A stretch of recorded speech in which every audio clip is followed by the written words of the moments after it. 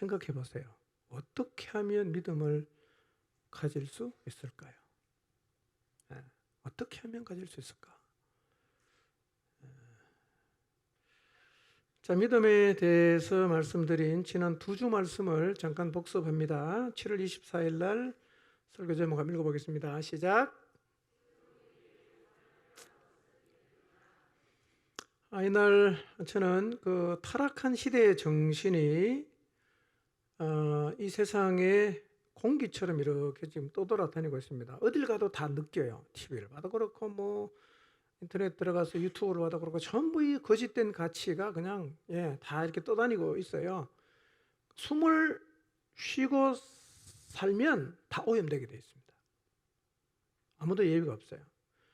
특히 이 젊은 이들은 이 시대의 정신에 그냥 막 휩쓸려 가기 때문에 이런 거짓된 시대 정신에 맞서서 신앙을 지키고 흔들리지 않으려고 하면 무엇보다도 진리에 대한 믿음이 필요합니다. 하나님 말씀에 대한 믿음이 필요합니다. 저는 지금은 절박하다고 생각합니다. 진리에 대한 믿음은 절박한 것입니다. 왜냐하면 이게 없으면 다 떠내려갑니다. 오늘날 교회 안에 이 진리에 대한 믿음이 없기 때문에 교회는 다니는데 진리에 대한 믿음이 없기 때문에 휘청거리는 사람이 많습니다. 많아요. 그래서 이 어려운 시대를 돌파할 수 있는 유일한 길이 뭐냐? 절대 진리인 하나님 말씀에 대한 믿음을 갖는 것입니다. 여기에서 흔들리지 않아야 돼요. 여러분, 누가 뭐라고 해도 우리 시대 철학처럼 성경이 여러 의견 중에 하나라고 해도 우리는 이런 시대에 맞서서 120년 동안 그 시대의 사람과는 완전히 다르게 하나님 말씀 하나만 붙잡고 심판을 경고하며 살았던 노아처럼 말씀만이 유일한 진리가 된다는 믿음을 가지고 살아야 됩니다. 이게 유일한 진리입니다. 아멘입니까? 유일한 진리입니다. 동성애해도 됩니까? 유일한 진리입니다. 시대는 법적으로 합법화시킬 수도 있겠지만 세상이 어떻게 돌아가든 우리는 하나님 말씀만을 유일한 진리로 믿고 살아야 됩니다. 아멘입니까? 예. 자, 7월 31일 설교 제목 읽어봅니다. 시작. 나는 지금 과연 믿음을 갖고 있는가? 시대 정신을 거스를 수 있는 믿음이 내게 있는가에 대해서 말씀을 선고했습니다. 믿음이 없는데 본인이 믿음이 있다고 착각하는 일이 거리 어렵지 않다는 걸 살펴봤습니다. 의외로 많은 사람이 성경을 알고 있기 때문에 교회 안에 직분을 갖고 있기 때문에 교회를 오래 다녔기 때문에 막연하긴 하지만 자기는 틀림없이 믿음을 갖고 있다고 생각을 합니다. 지금 자기가 어떻게 사느냐와 상관이 없이 성경을 알고 있고 직분이 있고 나 교회 오래 다녔으니까 난 당연히 믿음이 있다 라고 생각을 합니다. 이런 생각을 갖고 있으니까 자기 안에 진짜 믿음이 있는지 없는지를 고민을 안 하는 거예요. 그러다 보니까 교회 안에 진짜 믿음을 갖지 않는 사람들이 자꾸 많아집니다. 여러분, 믿음이 관념화되면 안 됩니다. 믿음은 실제 하는 것인데 그냥 막연하게 뭐 있을 거다 이렇게 믿음이 관념화가 되면 세상을 못 이겨요. 그리고 믿음이 관념화가 되면 세상 가치에 자꾸 물들게 되어 있습니다. 그러면 여러분, 세상 가치에 물든 거는 이미 무너진 겁니다. 무너진 거예요. 다르게 설명하면 세상 사람이 추구하는 것과 똑같은 것을 추구하고 있다면 이미 내 신앙은 무너진 거예요. 세상 사람과 똑같이 살면서 내가 교회에 직분이 있으니까 교회 오래 다녔기 때문에 성경을 많이 하니까 나는 믿음이 있다 이렇게 생각하시면 안 돼요. 믿음은 추상적이지 않습니다. 현실에서 확인이 가능하단 말이에요. 세상을 역주행해야 믿음이지. 하나님 말씀대로 살아내야 믿음이지. 그게 믿음이에요. 자, 한번 여기 믿음 있는 거를 한번 제가 몇 가지 얘기해 드릴 테니까 한번 생각해 보시기를 바랍니다. 시대의 가치와 거짓이 우리를 점점 압박하는 이 세상에서 나는 하나님 말씀을 오직 진리로 믿고 있는가? 하나님 말씀을 오직 진리로 믿고 있는가? 나는 이 믿음의 길을 걷는 사람이 소수라고 해도 나는 이 좁은 길을 끝까지 걸어갈 수 있는가?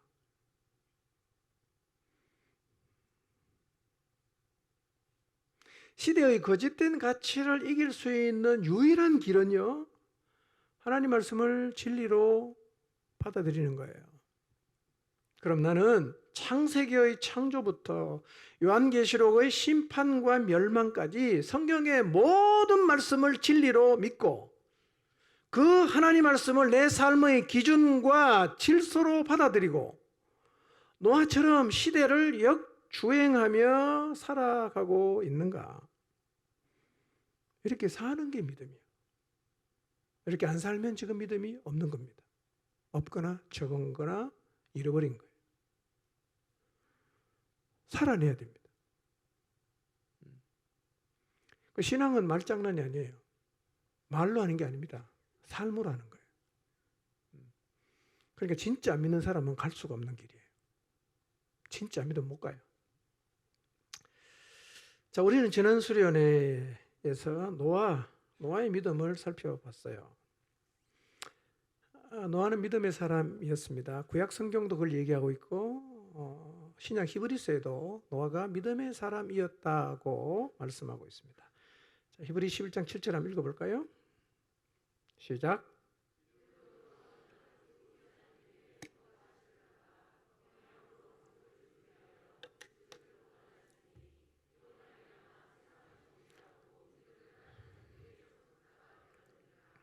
자, 노아는 어떻게 살았냐? 보이지 않는 일에 경고를 받았어요. 보이지 않는 일에 경고를 받는 거 쉽지 않거든요. 이건 믿음이 있어야만 받을 수 있는 거죠. 그 다음에 경외함으로 방주를 준비했어요. 그리고 그 집을 구원했는데 이런 노아의 삶을 성경은 한마디로 이렇게 요약합니다. 믿음이다. 이렇게 합니다. 믿음이다. 예. 그러니까 노아처럼 사는 게 믿음으로 사는 거다. 이렇게 말해도 돼요. 노아처럼 사는 게 믿음으로 사는 거다. 그런데 우리 시대와 비슷한 시대를 살았던 사람 중에서 우리가 믿음의 모델로 받을 수 있는 사람을 꼽으라고 하면 뭐 여럿 있겠지만 아마 그 중에서 우리가 노아를 꼽을 수가 있을 거예요. 왜냐하면 노아의 시대하고 우리 시대는 닮은 게 많아. 닮은 게 많아요. 자, 뭐가 닮았냐면 첫째, 하나님의 심판을 경고했다는 점에서 우리 시대와 노아 시대는 닮았어요. 심판을 경고했다. 자, 우리 시대 그리스도인들도 지금 세상에 나가서 하나님의 심판을 경고하고 있죠? 그렇죠? 노아 때는 무슨 심판입니까? 물로 하는 심판이었어요. 근데 우리는 지금 어떤 심판을 경고하고 있습니까? 하나님이 세상을 불로 하실 심판을 경고하고 있죠. 하나님께서 노아를 보내서 세상을 심판한다는 것을 경고하게 하셨던 것처럼 우리들을 보내서 땅끝까지 가서 하나님의 마지막 심판을 경고하라고 하세요. 이게 노아 시대랑 우리 시대랑 닮았어요. 우리는 노아처럼 이 세상 사람들을 향해서 하나님의 심판을 경고하는 자로 살고 있는가? 이번 달에는 꼭 누군가를 만나서 이 심판을 경고하시기 바랍니다. 아멘? 자, 두 번째 뭐가 닮았냐? 거짓이 판을 치고 있고 죄악이 관영하다는 점에서 노아 시대와 우리 시대는 닮았어요. 여러분, 우리 시대 죄도 이제 만만치 않습니다. 거짓이 판을 치고 있죠? 사람들이 하나님을 노골적으로 무시하죠? 예, 성경 말씀을 대적하고 있습니다. 그러니까 하나님이 더 이상은 참을 수 없을 정도로 하나님의 질서를 완전히 무시하고 깨는 행동을 버젓이 하고 있습니다. 그야말로 죄악이 관영합니다. 꽉 찼다는 얘기입니다. 더 이상은 담을 수 없을 정도로 꽉 찼다. 관영하다는 말이 그런 뜻입니다. 그게 이제 노아 시대랑 우리 시대랑 닮았어요. 예. 세 번째, 심판을 경고하는 노아가 외로웠다는 점에서도 우리 시대와 비슷하죠. 우리 노아만큼은 아니죠. 노아는 120년간 홍수 심판을 경고했는데 몇 명이 들었습니까? 0명입니다. 아무도 안 들었어요. 우리는 지난번 수련회 때 그래도 36명이 심판의 경고 앞에서 나 예수님 믿고 구원 받겠다고, 받고 싶다고 결단하고 나오지 않았습니까? 그렇지만 우리 시대는 점점 믿음의 길이 외로워지는 시대가 되어가고 있습니다. 옛날에는 캠퍼스에 가면요, 대학교 가면 예수님 믿는 사람이 한 20% 정도 됐어요. 같은 과에도 믿는 사람이 꽤 있었어요. 지금은요, 한 과에, 자기 과에서 예수님 믿는 사람이 없는 경우도 있고 자기 혼자인 경우가 많답니다. 그러니까 굉장히 힘들대요. 믿음에 관해서 얘기할 사람도 없고, 예, 말 한마디 잘못 꺼내면 뭐 집중력 공격을 하니까 굉장히 힘들다 그래요. 외로운 시대가 됐습니다. 자, 이런 시대를 믿음의 사람 노아가 어떻게 살았는가 하는 것은 우리 시대를 믿음으로 산다는 것이 어떻게 사는 것인가를 우리에게 보여주는 거죠. 노아는 어떻게 살았죠? 당시 모든 사람들이 무시했던 하나님 말씀을 유일한 진리로 믿고 그 시대 사람과는 완전히 다르게 살았어요. 말씀을 잡고 시대를 역행한 그것이 바로 노아가 보여준 믿음이었어요. 우리도 누구처럼 살아야 될까요? 노아처럼. 불심판의 경고를 무시하고 거짓된 가치를 따라가고 있는 사람과는 다르게 우리는 시대를 역행을 하며 살아야 되는데, 여러분, 시대를 역행한다는 말은 무조건 이 세상과 반대되게 산다, 그런 의미는 아니에요. 여러분, 포항에서 경주 가려고 하면 안강을 지나서 그 다음에 사방을 지나서 이렇게 경주 가야 되죠. 우리는 이제 믿는 사람이니까 경주도 이제 그 길로 가면 안 되고 울진으로 이렇게 돌아서 가야 됩니까? 그런 얘기는 아닙니다. 시대를 역행하자는 말의 의미는 뭐냐면, 사람들이 하나님을 무시하고 자기가 기준이 되어서 자기 마음대로 가지만 우리는 그 사람과 상관이 없이 우리는 여전히 진리를 붙잡고 살아가야 된다. 결국 그러니까 그들과는 반대로 가는 거죠. 이렇게 살아야 된다. 이걸 두려워하지 않아야 된다. 그런 말씀입니다. 그런데 이렇게 우리가 노아처럼 살기 위해서 가장 필요한 게 뭐겠어요? 믿음이에요. 믿음이 없이는 노아처럼 못 삽니다. 못 살아요. 그걸 포기하고 싶지. 많이 가는 길 가야 재밌잖아요. 부담도 없고 불편하지도 않고 좋지 않습니까? 그래서 노아처럼 살기 위해서 가장 필요한 게 뭐냐면 믿음인데, 오늘날 교회가 자꾸만 추락하고 그리스도인이 추락하는 이유가 뭐냐면 이 믿음을 자꾸 잃어버리고 있다는 거예요. 교회 안에 있는 신자들은 자꾸 믿음을 잃고 있어요. 근데 거짓의 소리는 점점 커지고 있거든요. 어떤 현상이 생기냐면, 여러분, 옛날에는요, 이 교회의 영향이 세상으로 그래도 많이 갔어요. 예.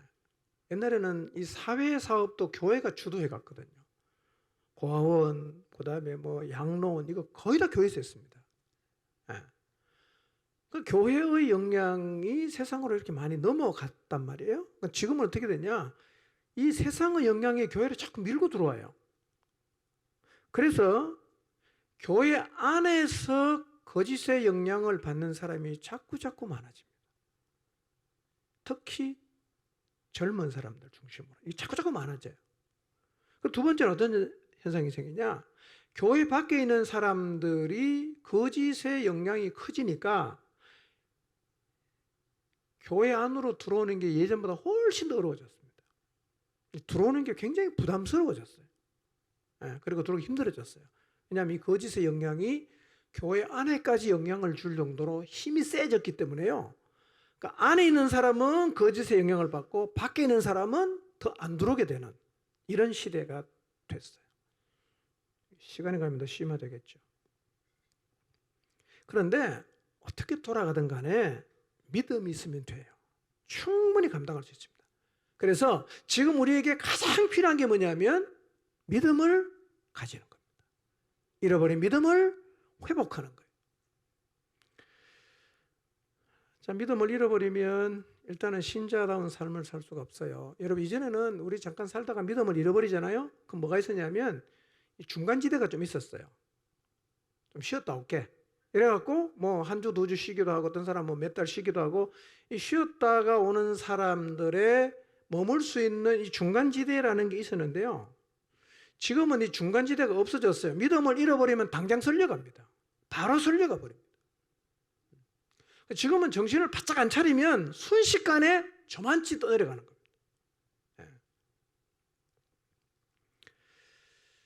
거짓의 흐름이 그만큼 강해졌어요. 그리고 믿음의 길에서 이탈하는 사람이 늘어나고 있습니다. 안타까운 일입니다. 예수님은 이 모든 상황을 다 미리 내다보신 것 같아요. 그래서 탄식하시면서 하신 말씀이 인자가 올 때에 세상에서 믿음을 보겠느냐 이렇게 말씀하셨어요.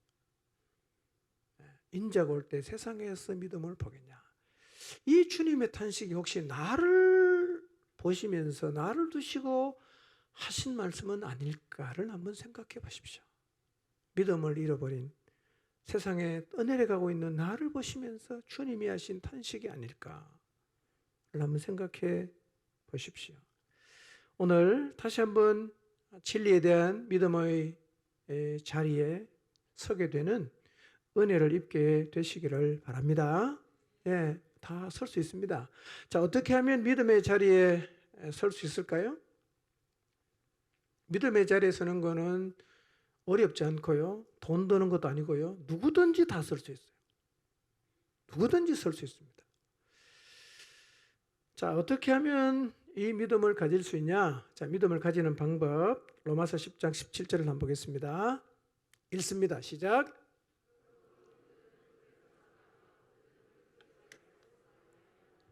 네. 믿음이 어디서 난다고요? 들음에서 나죠. 여러분, 그래서 믿음이 없거나 또 믿음이 흔들리는 사람들을 우리는 어디에 계속 초대하죠? 예배 자리에 계속 초대를 하잖아요. 왜 그런지 아십니까? 이 믿음이라는 거는요, 들으면 나거든요. 들으면서 생기기 때문에 어떻게 하든지 간에 말씀 듣는 자리에 좀 와라. 그래갖고 어떤 아내는 남편에게 나 생일 선물 다 필요 없다. 교회 한 번만 와다오. 이거 어떤 의미입니까? 그래서 하나님 말씀을 듣고 믿음을 좀 가질 수 있겠다는 어떤 기대감이 있기 때문에 예배 자리, 말씀을 듣는 자리로 초대를 하는데 그게 틀린 게 아닌 게요. 믿음이라는 것은 들으면 생긴단 말이에요. 들으면 생겨요. 여러분, 이번 수련회 참석해서 말씀을 다 들으셨죠? 그 말씀이 우리 모두의 마음속에 믿음을 가져다 줘요. 근데 이제 이런 질문이 생기죠? 그러면 나는 이때까지 이만큼 말씀을 많이 들었는데 왜 믿음이 없냐? 이런 질문이란 말이에요. 그러니까 믿음이 들음에서 생기는 것은 확실한 게 맞지만, 그러나 하나님 말씀을 듣는데도 믿음을 갖지 못하는 이유가 있어요. 오늘 그걸 제가 좀 말씀을 드리겠습니다. 여러분, 우리가 하나님 말씀을 많이 들어요. 1년에 주일 낮 예배만 나와도 몇 번 듣죠? 52번은 듣죠? 그 다음에 저녁 예배 나오면 또 몇 번 듣죠? 52번 듣죠? 그 다음에 성경훈련학교 오면 또 말씀 듣죠? 전교연 수련회 나오면 또 말씀 집중해서 듣죠? 자, 이렇게 말씀을 많이 들었으면 적어도 우리가 한 10년쯤 나왔다. 그러면 믿음이 훌륭하고 믿음이 큰 상태가 되는 게 마땅합니까? 여전히 믿음이 없는 상태가 마땅합니까? 그만큼 들었으면 믿음이 있는 게 정상 아니겠어요? 그렇죠? 믿음이 훌륭해지는 게 정상이 아니겠습니까? 그런데 이렇게 교회를 오래 다니면서 말씀을 들어도 믿음이 늘 제자리 걸음하는 사람이 있어요. 지독하게 안 자라는 거예요. 늘 제자리에 있어요. 그리고 또 하나는요. 똑같은 자리에서 똑같은 말씀을 들었어요. 근데 한 사람은 믿음이 싹 자라고 있어요. 근데 한쪽은 하나도 안 자라요. 이건 또 뭘까요?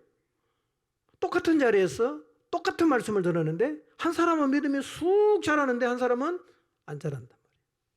왜 그럴까요? 아니 믿음은 들으면 생긴다고 했는데 왜 들었는데도 믿음이 안 생기냐는 거예요. 예. 예수님도 말씀하셨어요. 아마 주님이 이런 모든 상황을 다 그분이 보신 것 같아요. 그래서 먼저 왔는데 나중 되고 나중 왔는데 추월해서 먼저 가는 사람이 많을 거라고 했는데요. 진짜 오늘 말씀을 들어보시면 여러분이 공감을 하실 거예요. 아 정말 그렇겠다. 그런 일은 충분히 일어날 수 있겠다. 라고 아마 여러분이 공감을 하실 거예요. 자, 왜 말씀을 듣는데 믿음을 못 가질까? 기본적인 건 이겁니다. 하나님 말씀을 들으면 믿음은 가질 수 있습니다. 아멘입니까? 이게 성경의 진리입니다. 우리의 믿음은 말씀을 들으면 생깁니다. 오늘 여러분이 말씀을 들음을 통해서 여러분 안에 믿음이 생겨납니다. 아멘이죠? 생겨나요. 그런데 들었는데 안 생기는 이유가 있어요. 첫 번째는 뭐냐? 사탄의 방해입니다. 사탄의 방해. 이 사탄의 방해 때문에요. 말씀을 들으면 믿음은 원래 생기게 돼 있어요. 이게 하나님 말씀이에요. 생기는데 하나님 말씀을 듣고 내 안에서 믿음이 생기려고 하다가 없어져요. 생기려고 하다가 없어진단 말이에요. 왜 이런 현상이 생기느냐 하면 그게 사탄의 방해입니다. 자, 구체적으로 설명하면 이거예요. 내가 하나님 말씀을 들었어요. 내가 너무 내 마음에 깊이 공감도 되고 내가 그 말씀을 받았어요. 근데 내 마음에서 그 말씀을 누가 가져가 버렸어요. 그러니까 우리가 들음으로 그 말씀에 대한 믿음을 가지려고 할 때 우리의 마음에서 말씀을 사단이 뺏어가 버리는데 어떻게 뺏어갔냐면 이거예요. 말씀을 들었잖아요. 은혜를 받았어. 쉽게 하는 말로. 그런데 속에서 이런 생각이 드는 거예요. 에이, 그럴 리가 있나? 이 말을 믿어야 해? 그럼 말이 좀 안 되는 것 같다. 그럼 왜 이런 일이 내게 일어나는 거야? 그냥 종교적인 지식으로만 갖자? 이런 생각이 뭐냐면 사단이 던지는 생각이에요. 그러니까 말씀을 듣고 믿음을 가지려고 할 때 한쪽에서 이런 생각이 훅 들어온단 말이에요. 그러면 말씀을 듣다가 이 생각을 받아버리니까 말씀은 없어져 버리는 겁니다. 이게 말씀 앞에 서는 우리의 태도가 되면 말씀을 아무리 많이 들어도 믿음의 자리에 못 서게 돼 있어요. 어떤 때는요 이럴 수도 있어요. 하나님 말씀을 듣고 오늘은 내가 이 말씀 붙잡아야지. 그리고 말씀을 잡았어요. 너무 기뻐요. 그리고 막 그냥 내 내면에서 감사함도 있고 말씀을 붙잡는 게 좋았어요. 집에 갔어요.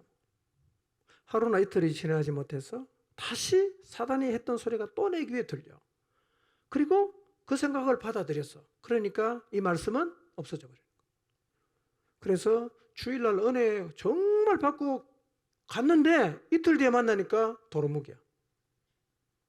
이런 경험 해보셨어요? 그러니까 사단이요 우리가 믿음을 갖지 못하게 하려고 우리의 마음에서 뭘 자꾸 뺏어갑니까? 말씀을 자꾸 가져가 버리는 거예요. 안 뺏겨야 되잖아. 그걸 딱 잡고 있어야 이게 내 안에서 활동을 하는데 이걸 자꾸 뺏긴단 말이에요. 그러니까 씨 뿌리는 밭에 비유해서 예수님께서 길가와 같은 밭에 말씀이 떨어지면 누가 쪼아 먹는다고? 새들이 와서 그 씨앗을 다 쪼아 먹으니까 결실이 없는 것과 똑같이 말씀이 떨어지면 자꾸 생각이 훅 들어온단 말이에요. 그게 여러분 그냥 드는 생각이 아니라 사단이 여러분의 마음속에 떨어진 말씀을 빼앗아 가려고 던지는 생각인데 그거를 밀어내야 되는데 우리는 그걸 받아들이고 말씀을 밀어내 버린단 말이에요. 그러니까 이런 패턴, 이런 태도로 말씀 앞에 서면 계속 말씀을 듣는데 믿음은 안 생기는 거예요. 똑같아. 항상 똑같아. 그래갖고 교회 나온 지 10년 됐어요. 그래서 만나서 얘기를 해보니까요. 놀랍습니다. 10년 전하고 똑같은 얘기하는 거예요. 10년 동안 하나님 말씀을 가르쳤는데 10년 뒤에 만나서 얘기를 해보니까 똑같은 얘기하는 거예요. 뭐가 잘못된 거죠? 말씀을 받는 패턴이 잘못됐어요. 이런 사람이 많아요. 여러분, 이건 마치 어떤 느낌이냐면, 제가 1부 때 틀리게 표현했는데요. 미닫이 문 있죠, 미닫이 문. 이렇게 여는 문 있죠.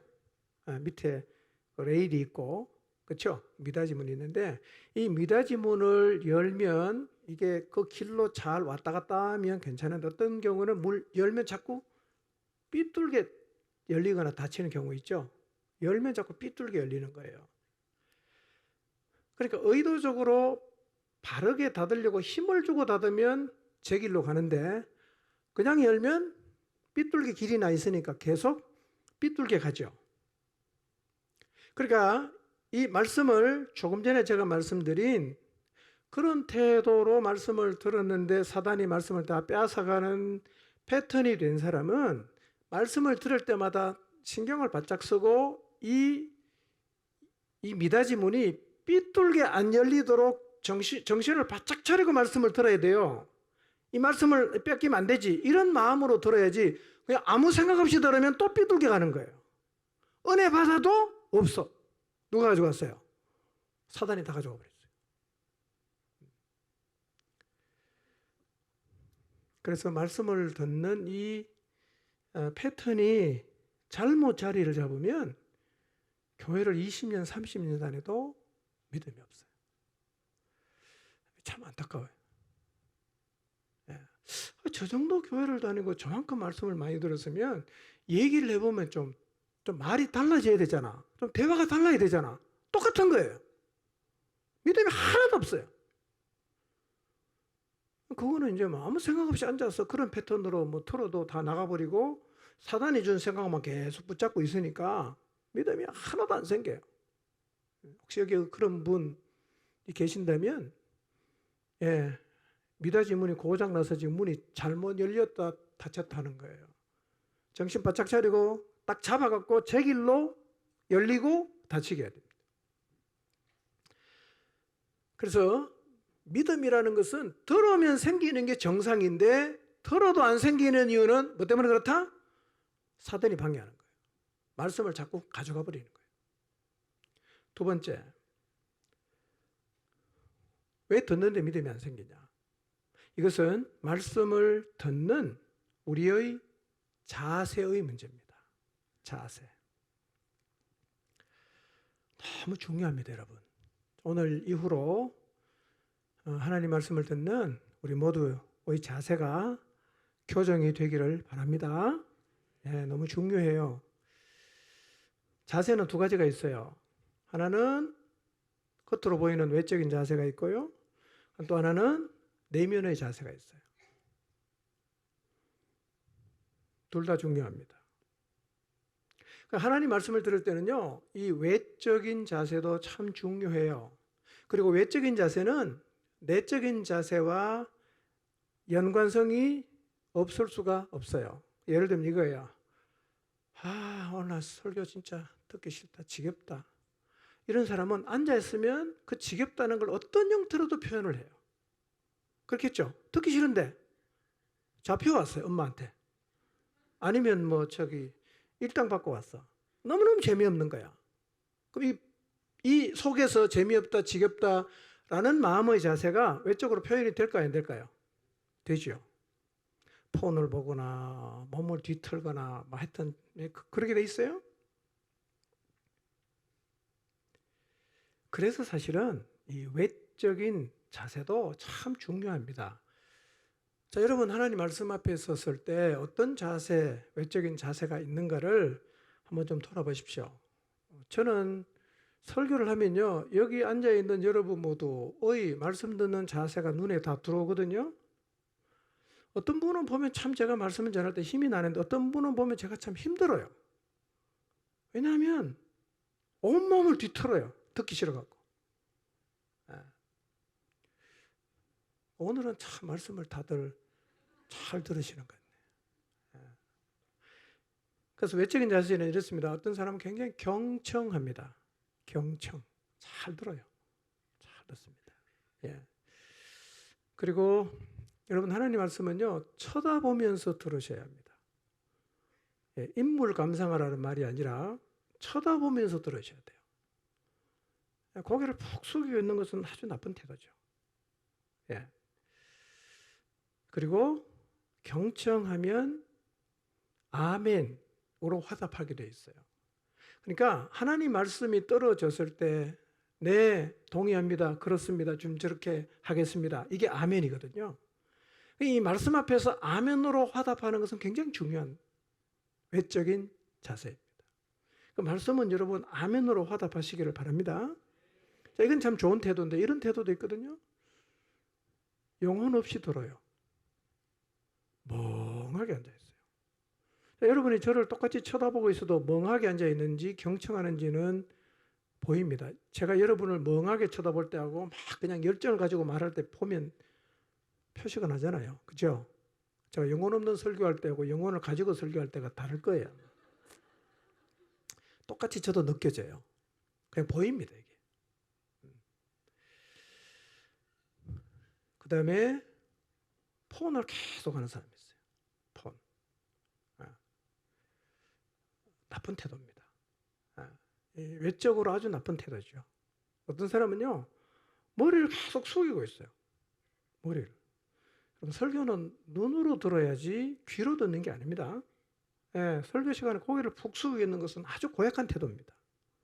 고약한 태도입니다. 예.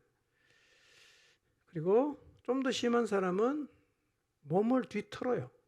고개를 쳐박았다가 들었다가 뭐 하여튼 째려보다가 예, 줄이 난장을 트는데요. 나쁜 태도죠. 그 다음에 이제 이것에 못지않게 나쁜 태도, 자는 겁니다. 자는 거 아주 나쁜 태도입니다. 왜냐하면 자면 사실은 올 필요가 없습니다, 여러분. 자면 교회 올 필요가 없어요. 제가 그래서 19 예배 때 너무너무 사랑하는 마음으로 어서 주무시는 분은 집에 가서 주무시라고 제발 오지 마시라고 부탁을 했거든요. 근데 이걸 오지 말라 소리 들으면 안 되고 뭘로 들어야 됩니까? 자지 말라는 얘기로 들어야 돼요. 그래서 예배 시간에 자꾸 졸리는 분은 토요일 날 8시부터 수면제 먹고 주무세요. 푹 자고 그리고 와서 집중해서 말씀을 들으셔야 합니다. 중요해요. 왜냐하면 믿음은 들으면서 나는데 들어도 왜 안 생기느냐? 자세가 문제란 말이에요. 자세. 예. 그리고 아주 또 나쁜 태도 중에 하나는 눈을 감고 듣는 태도입니다. 눈을 지그시 감고 아주 경건한 척 듣는데요. 고약한 태도입니다, 이거요. 눈을 뜨고 경청하시길 바랍니다. 아멘? 여기 오는 분은 비교적 젊은 사람인데요. 하나님 말씀은 항상 어디에 가서 누구를 통해서 말씀을 듣든지 간에 경청하고 눈으로 듣고 아멘으로 화답해야 합니다. 그러면 어떤 유익이 오냐? 들으면 믿음이 생겨요. 자세가 굉장히 중요해요. 여러분, 그래서요, 예수님께서 씨 뿌리는 밭의 비유를 통해서 주신 말씀이 뭐냐면 결실이 있고 없고의 차이는 씨의 문제가 아니라 뭐의 문제였어요? 밭의 문제였다. 다시 말하면 뭐가 문제다? 마음이 문제란 말이에요. 여러분, 그러니까 하나님 말씀을 들을 때 마음이 준비가 안 되면 10년, 20년 단에도 믿음이 안 생긴단 말이에요. 근데 이 마음이 준비된 상태로 경청하고 아멘으로 화답하면 한 달을 다녀도 믿음이 달라요. 1년만 다녀도 숙달합니다. 얼마나 안타까운 거예요. 태도가 잘못돼서 오래 교회를 다녀도 믿음이 계속 없다. 이것만큼 안타까운 일이 없지 않습니까, 여러분? 그래서 우리는 하나님 말씀을 듣는 자세를 바꿔야 됩니다. 이거 안 바꾸면 어떻게 돼요? 믿음이 계속 안 생기지. 믿음이 안 생기면 다 떠내려가잖아. 그러니 교회 나와서 자세를 잘못 가져서 듣지만 믿음을 안 가지는 것만큼 안타까운 일이 없단 말이에요.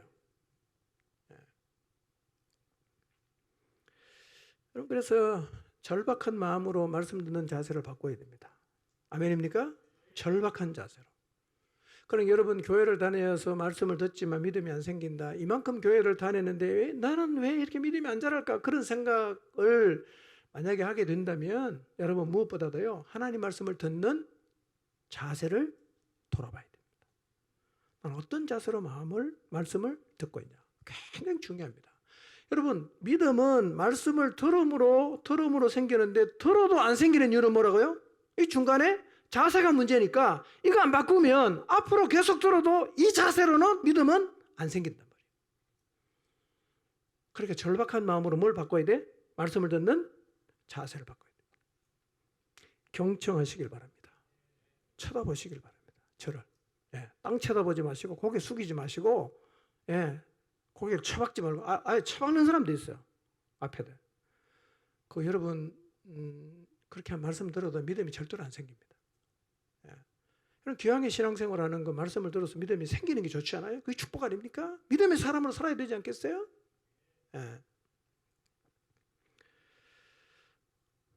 여러분 꼭 기억해야 될 거는요, 믿음을 가지는 데는 나이와 성별이 전혀 문제가 안 됩니다. 나이가 적다고 믿음 갖는데 유리하고 나이가 많다고 믿음을 갖는데 불리하지 않고요. 여자기 때문에 유리하고 남자기 때문에 불리하지 않습니다. 누구나 다 똑같아요. 어떤 사람이라도 남자든 여자든 젊은이든 늙은이든 상관없이 말씀을 바른 자세로 들으면 믿음은 다 갖게 돼 있어요. 누구라도 교회 나와서 바른 자세를 가지고 말씀 앞에 서면 뭘 갖게 됩니까? 믿음을 갖게 돼요. 믿음. 여러분 말씀 앞에 바른 자세를 가지시기 바랍니다. 1년만 그런 자세로 말씀을 들어보세요. 들은 말씀 자꾸 누가 가져가게 하지 말고 탁 마음에 담고 1년만 말씀 앞에 서보세요. 믿음 잘합니다. 그게 진리인데요.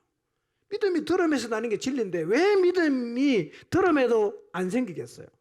자세 때문에.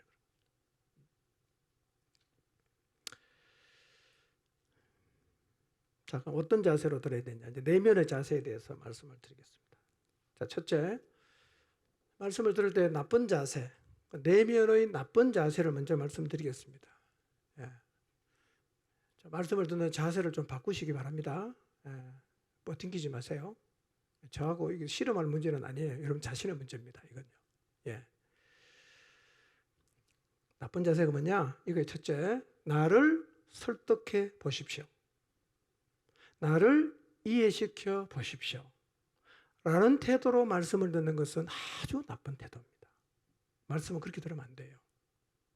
이런 태도를 가지면 일단 마음을 닫거든요. 나 설득해 보시오 라는 마음의 자세를 가진 사람은 마음을 닫아요. 그리고 끝없이 질문하고 논쟁을 자꾸 하려고 합니다. 그리고 이런 사람에게는 말씀을 들어도 별로 도움이 안 돼요. 그리고 이런 태도를 가지면 들어도 마음을 닫아놨기 때문에 말씀이 마음에 들어가지도 않아요. 믿음이 안 생깁니다. 누가 이랬냐? 바리새인이 그랬거든요. 바리새인들은 예수님 말씀을 많이 들었어요. 근데 예수님 말씀에 이 사람은 동의를 안 합니다. 그런 거 뭐냐? 나 설득시켜봐라 이거예요. 당신만 옳은 거 난 설득해봐라. 계속 질문하잖아요. 증거를 대라. 뭐 이런 얘기 계속하지 않습니까?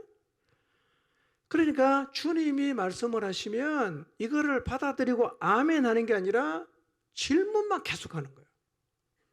그래서 혹시 여러분 설교를 들으면서 이런 질문을 갖게 되면 그 마음의 자세를 바꿔야 됩니다. 뭐냐? 제가 A를 막 설명하면 아멘 이게 받는 게 아니라 B는 뭡니까? 이런 질문을 마음속에 끄집어내는 사람은 말씀 들어도 믿음 갖기 어렵습니다.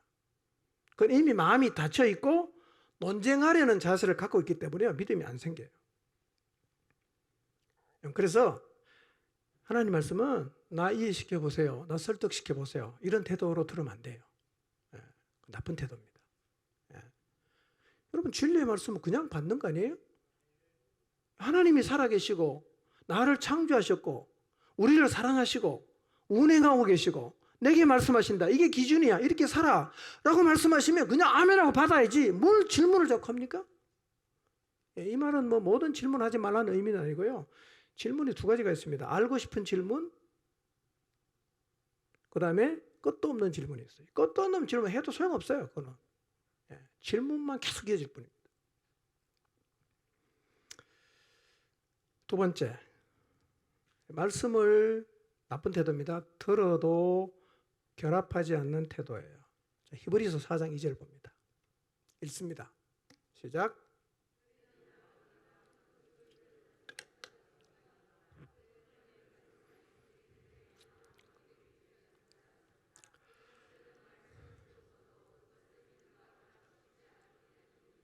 네. 자, 하나님 말씀을 들어도 믿음하고 결합시키지 않으면 유익이 안 된다 그랬죠. 쉽게 말하면 이겁니다. 하나님 말씀은 귓전을 스치고 지나가면 안 된다는 말이에요. 듣고 지나가면 안 된다는 말이에요. 그러면 아무런 유익이 없다. 듣고 지나가는 말씀은 절대로 우리의 마음에 믿음을 가져다 줄 수가 없어요. 여러분, 하나님께서요, 이스라엘 백성이 말을 너무 안 들으니까 누굴 보내죠? 선지자 보내죠. 선지자가 백성을 향해서 막 이제 회개하라고 하고 하나님이 심판하신다 막 경고를 하죠. 그럼 이런 얘기를 백성이 들어요, 안 들어요? 듣죠. 근데 이스라엘 백성이 선지자들이 외치는 소리를 귀로는 다 들었는데 그 말씀대로 순종을 안 하니까 하나님께서 이스라엘 백성을 향해서 뭐라고 말씀하시느냐면 내가 너희에게 선지자를 보냈지만 너희가 듣지 않았도다 이렇게 말하는 거예요. 그러니까 그 말씀을 마음으로 안 받는 것은 뭐하고 똑같다? 하나님은 안 들었다고 말하는 거예요. 그 말씀을 듣고 마음에 담지 않고 흘려보내는 것은 하나님이 뭐라고 말씀하십니까? 내가 너희에게 계속 말했지만 너희가 듣지 않았다 이렇게 말씀하시는 거예요. 그러니까 듣는 것 같지만 듣지 않은 태도는 좋은 태도입니까? 나쁜 태도입니까? 나쁜 태도입니다. 여러분 선지서를 읽어보시면 분명히 백성이 선지자가 한 말을 다 들었어요. 근데 하나님은 안 들었다 그럽니다. 왜? 마음에 담고 순종을 안 하니까. 그것은 안 들은 거하고 똑같다는 겁니다. 자, 그러면 믿음을 가지려고 하면 어떤 자세를 가져야 되냐? 두 가지 간략하게 말씀드리고 마치겠습니다. 첫째, 하나님 말씀은요, 들으면 받아들이는 태도를 가져야 됩니다. 들으면 받아야 돼요. 자, 오늘 본문 다시 한번 읽어볼까요? 마가복음 4장 20절 말씀입니다. 읽습니다. 시작.